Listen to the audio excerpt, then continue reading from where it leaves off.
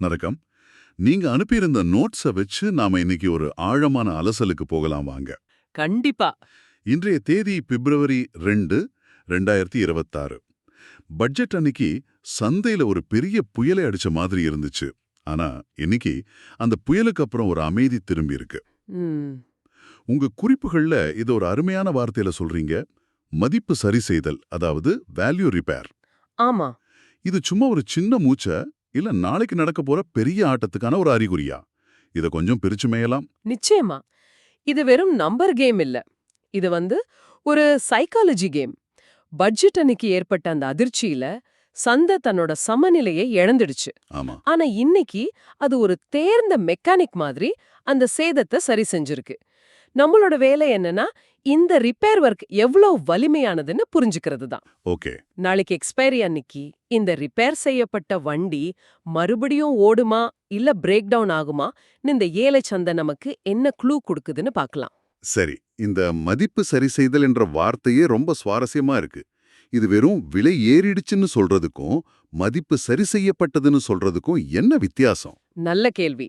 பாருங்க, விலை ஏறுறதுங்கிறது வேற. அது ஒரு தற்காலிகமான உணர்ச்சி வேகத்துல கூட நடக்கலாம். ஆனா மதிப்பு சரி செய்தல் அப்படி இல்ல. ம். உங்க குறிப்புகள் படி பட்ஜெட் அன்னைக்கு சந்தை ஒரு முக்கியமான ஏரியாவுக்கு கீழே போயிடுச்சு. வர்த்தகர்கள் பொதுவா எந்த விலை பகுதியில வியாபாரம் செய்ய விரும்புவாங்களோ அத வேல்யூ ஏரியா, அதாவது வேல்யூ ஏரியான்னு சொல்லுவோம். Value area. சரி. பட்ஜெட் அன்னைக்கு அந்த பகுதி உடைக்கப்பட்டது. அது ஒரு வேல்யூ ஃபெயிலியர்.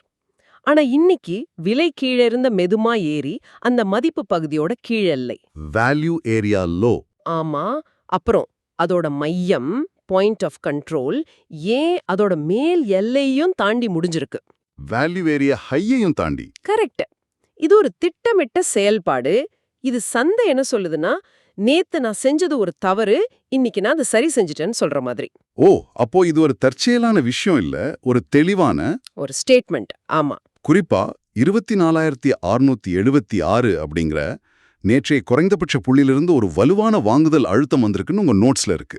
இது யார் வாங்குறாங்க? பெரிய ஆளுங்க உள்ள வராங்களா? பெரும்பாலும் அப்படிதான் இருக்கும். அந்த குறைந்தபட்ச புள்ளி ஒரு முக்கியமான கோடு. அந்த இடத்துல விலை வந்ததும், இதுக்கு மேல விலை குறையறது நியாயம் இல்ல, இது ஒரு நல்ல வாங்கும் வாய்ப்புன்னு நினைக்கிற பெரிய பணம் உள்ள வருது. அதனால தான் இந்த எழுச்சியா? ஆ, அதனால தான் விலை அந்த 3 முக்கிய நிலைகளையும் கடந்து போக முடிஞ்சுது. அதனால தான் உங்க குறிப்புகள் இத ஒரு பலவீனமான மேலெழுச்சி அல்ல, இது ஒரு மதிப்பு சரி செய்தல் மற்றும் ஷார்ட் கவரிங் நடந்த நாள்னு அழுத்தம் திருத்தமா சொல்லுது. அதாவது ஏற்கனவே வித்தவங்களும் பயந்து போய் வாங்க ஆரம்பிச்சிட்டாங்க. சரியா சொன்னீங்க. ஆனா ஒரு எச்சரிக்கையும் இருக்கு. சந்தை இன்னும் ஒரு பெரிய சேதமடைந்த பகுதிக்குள்ள, அதாவது லார்ஜர் டேமேஜ்டு ஜோன்ல தான் இருக்குன்னு சொல்லப்பட்டிருக்கு. அப்படின்னா என்ன? ரிப்பேர் முடிஞ்சாலும் வண்டி இன்னும் கேரேஜுக்குள்ள தான் நிக்குதுன்னு அர்த்தமா? சரியா சொன்னீங்க. அதே உதாரணம் தான். ஒரு பெரிய விபத்துக்கு அப்புறம் காரை ரிப்பேர் பண்ணிடலாம். ஆனா அந்த அதிர்ச்சியிலிருந்து டிரைவர் வெளியே வர கொஞ்ச நாள் ஆகும் இல்லையா? ஆமா, உண்மைதான். அது மாதிரி தான் பட்ஜெட் சரிவு ஒரு பெரிய சேதம். இன்னைக்கு நடந்த ரிப்பேர் ஒரு பாசிட்டிவான விஷயம்தான். ஆனா சந்தை இன்னும் அந்த அதிர்ச்சியோட தாக்கத்தில் தான் இருக்கு. அப்ப முழுசா குணமாகல. அந்த சேதமடைந்த மண்டலத்தை விட்டு முழுசா வெளியே வர்ற வரைக்கும் நம்ம முழுமையான காலை போக்கிற்கு வந்துட்டோம்னு சொல்ல முடியாது. இப்போதைக்கு கரடியோட ஆதிக்கம் குறைஞ்சு ஒரு நடுநிலைக்கு வந்திருக்கோம்னு சொல்லலாம். புரியுது. அப்போ நாளைய எக்ஸ்பைரி தான் உண்மையான வெற்றியாளர் யார் என்பதை தீர்மானிக்கும் களம். உங்க குறிப்புகளின்படி அந்த போர்க்களத்தின் முக்கியமான எல்லைக்கோடுகள் என்னென்ன? போர்க்கள உதாரணம் ரொம்ப பொருத்தம். நாளைக்கு 3 முக்கியமான பகுதிகள் இருக்கு. முதல் பகுதி எதிர்ப்பு மண்டலம் அல்லது சப்ளை ஏரியா. எதிரிகளோட கோட்டை மாதிரி. அதேதான். இந்த இடத்துக்கு விலை வந்தா விற்பனையாளர்கள் பலமா இருப்பாங்க.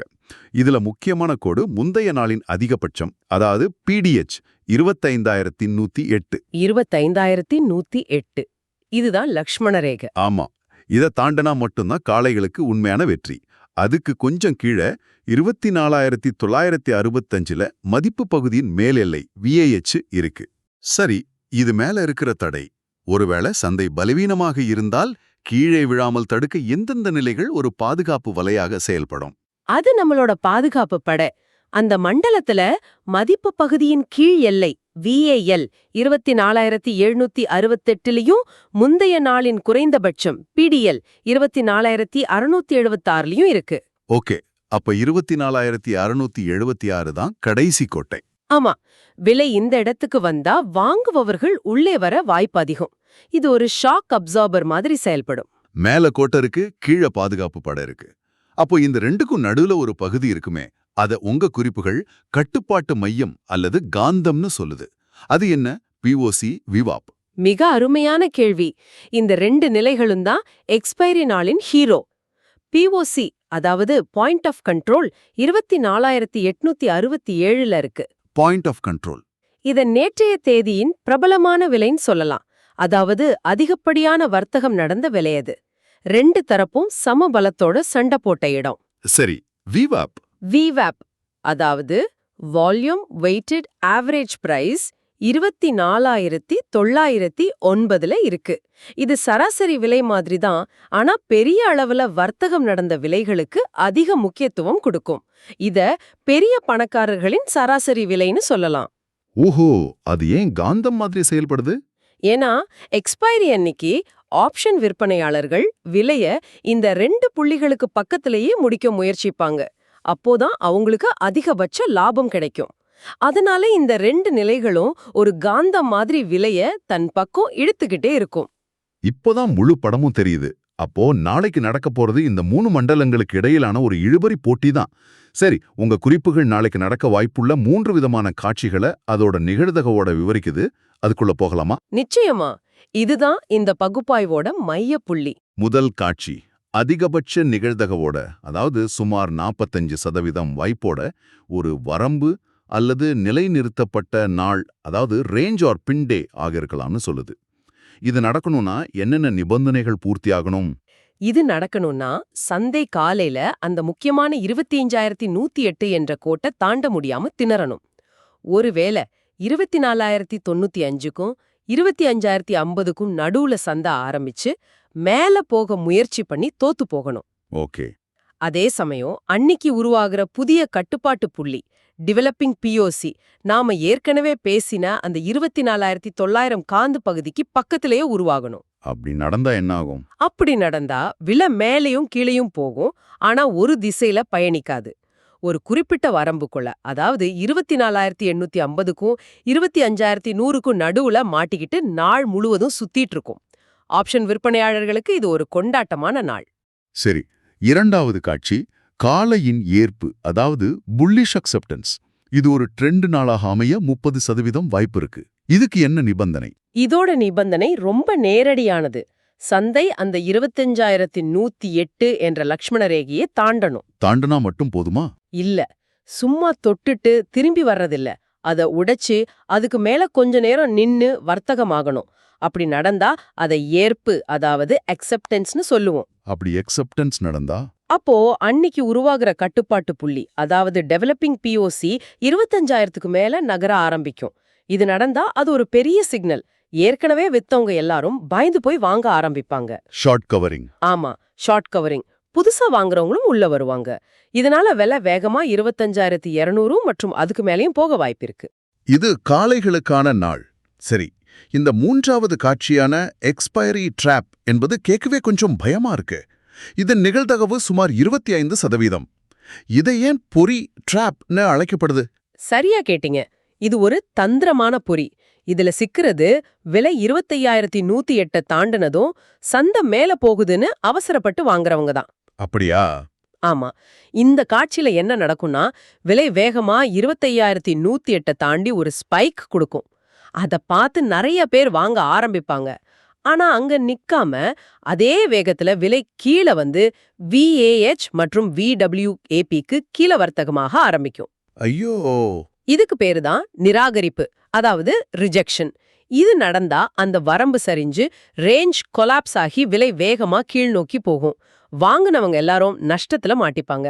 அப்போ இலக்குகள் என்னவா இருக்கும்? விலையோட இலக்கு முதல்ல பிஓசி இருக்கிற 24,867 ஆகவும், அதுவும் உடைந்தால் VAL இருக்கிற 24,768 ஆகவும் இருக்கும். ஓ, அப்படியா? அப்போ நாளைக்கு காலையில விலை எங்கே போகிறது என்பதை விட இந்த டெவலப்பிங் பிஓசி, அதாவது அன்று உருவாகும் கட்டுப்பாட்டு புள்ளி எங்கே உருவாகிறது என்பதுதான் முக்கியமான ரகசியம். சந்தேகமே இல்லாம அதுதான் தீர்க்கமான காரணி. நாளைக்கு சந்தை திறந்ததும் முதல் 1 மணி நேரத்துல அதிக வர்த்தகம் எங்க நடக்குதோ அதுதான் அந்த டெவலப்பிங் பிஓசி. அதை வச்சு எப்படி முடிவு பண்றது? 3 விஷயம். 1, ஒருவேளை அந்த பிஓசி 24,867க்கு கீழே உருவாகுதுன்னா அது விற்பனையாளர்கள் கட்டுப்பாட்டை எடுத்துட்டாங்கன்னு அர்த்தம். அப்போ ஒவ்வொரு ஏற்றமும் விற்கப்படும். சரி. 2, ஒருவேளை அந்த பிஓசி 24,867க்கும் 24,900க்கும் நடுவுல அந்த காந்த பகுதிக்கு பக்கத்துல உருவாகுதுன்னா அது சந்தை சமநிலையில இருக்குன்னு அர்த்தம். இது நாம பேசின முதல் காட்சியான ரேஞ்ச் டேக்கான அறிகுறி. ஓகே. மூன்றாவதா, ஒருவேளை அந்த பிஓசி 25,000க்கு மேல, அதாவது அந்த லக்ஷ்மண ரேகையை தாண்டி உருவாகுதுன்னா அது காளைகளோட வெற்றி உறுதி செய்யப்பட்டுடுச்சுன்னு அர்த்தம். அப்போ ட்ரெண்ட் தொடரும். மிக தெளிவா இருக்கு. இந்த 3 காட்சிகளையும் அதை தீர்மானிக்கிற காரணியையும் புரிஞ்சுக்கிட்டா நாளைக்கு என்ன செய்யணும்னு ஒரு தெளிவு கிடைக்குது. அதே சமயம் என்ன செய்யக்கூடாதுன்னு உங்க குறிப்புகள்ல ஒரு பட்டியல் இருக்கு. மெழுகுவர்த்திகளை துரத்தாதீர்கள்னு சொல்றீங்க. அப்படின்னா என்ன? அப்படின்னா உணர்ச்சிகளுக்கு இடம் கொடுக்காதீங்கன்னு அர்த்தம். ஒரு பெரிய பச்சை மெழுகுவர்த்திய பார்த்ததும் ட்ரெயின் கிளம்பிடுச்சு நாமளும் ஏறிடலான்னு அவசரப்பட்டு வாங்குறது. அப்போ என்னதான் செய்யணும்? ஒரு தொழில்முறை வர்த்தகர் போல எப்படி யோசிக்கணும்னு உங்க குறிப்புகள் சொல்லுது. 4 முக்கியமான விஷயங்கள். 1, 30-45 நிமிஷம் பொறுமையா கவனிக்கணும். சந்தை எங்க திறக்குது, அந்த டெவலப்பிங் பிஓசி எங்க உருவாகுதுன்னு பார்க்கணும். பொறுமை ரொம்ப முக்கியம். ரொம்ப முக்கியம். 2, 25-108 என்ற அந்த பிடிஹெச்ச மதிக்கணும். அது ஒரு சாதாரண கோடு இல்ல, அது ஒரு போர்க்களம். 3, பிஓசி மற்றும் விவாப் என்ற காந்தங்களை சுற்றி வர்த்தகம் செய்ய திட்டமிடணும். சரி. 4, மிக முக்கியமா, நீங்க எந்த பக்கம் இருக்கீங்களோ அந்த பக்கம்தான் டெவலப்பிங் பிஓசி இருக்கான்னு உறுதி செஞ்சதுக்கு அப்புறம் தான் பெரிய முடிவுகளை எடுக்கணும். அவசரம் எக்ஸ்பைரி நாளின் எதிரி. ஆக இந்த எல்லா தகவல்களையும் ஒன்னா சேர்த்து பார்த்தா கதை ரொம்ப எளிமையா இருக்கு. பிப்ரவரி 2 அன்னைக்கு சந்தை பட்ஜெட் அன்னைக்கு ஏற்பட்ட காயத்துக்கு மருந்து போட்டது. சரியா சொன்னீங்க. பிப்ரவரி 3 அன்னைக்கு அந்த மருந்து வேலை செய்யுதா, காயம் ஆறுதான்னு டாக்டர் செக் பண்ற நாள். சுருக்கமா சொன்னா 25,108க்கு மேல நிலை பெற்றால் காளையின் ஆதிக்கம் தொடரும், நோயாளி குணமடைகிறார். சரியா சொன்னீங்க. VAVWPக்கு கீழே நிராகரிக்கப்பட்டால் இன்னும் சிகிச்சை தேவை. 24,867 சுத்தி இருந்தா அது ஒரு ரெஸ்ட் எடுக்கிற நாள். உங்க குறிப்புகள்ல உள்ள அந்த ஒற்றை வரி எல்லாத்தையும் விளக்குது. பட்ஜெட் அதிர்ச்சிக்கு பிறகு எக்ஸ்பைரி நாட்கள் நம்பிக்கை அல்ல, ஏற்புத்தன்மையை சோதிக்கின்றன. அருமையான சுருக்கம். இந்த அலசல முடிக்கும் முன் உங்களுக்காக ஒரு சிந்தனை. சொல்லுங்க. நாம இவ்ளோ நேரம் எண்களை பத்தியும் நிலைகளை பத்தியும் பேசணும். 25,108, 24,867. ஆனா இதுக்கு பின்னாடி இருக்கிற மனித உளவியலை யோசிச்சு பாருங்க. பட்ஜெட் மாதிரி ஒரு பெரிய உணர்ச்சிகரமான நிகழ்வுக்கு அடுத்த நாளே சந்தை பீதியில சரியாம ரொம்பவும் திட்டமிட்ட மாதிரி சேதத்தை சரி செய்கிறதென்றால் அது சந்தையில் இருக்கிற பெரிய வீரர்களோட மனநிலைய பத்தி நமக்கு என்ன சொல்லுது? நல்ல கேள்வி.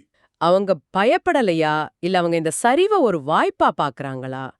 பீதி தற்காலிகமாக மறைந்து விட்டதா, அல்லது பெரிய கைகள் ஒரு புதிய ஆட்டத்திற்கு தயாராகிறாங்களா? இதை யோசிச்சு பாருங்க.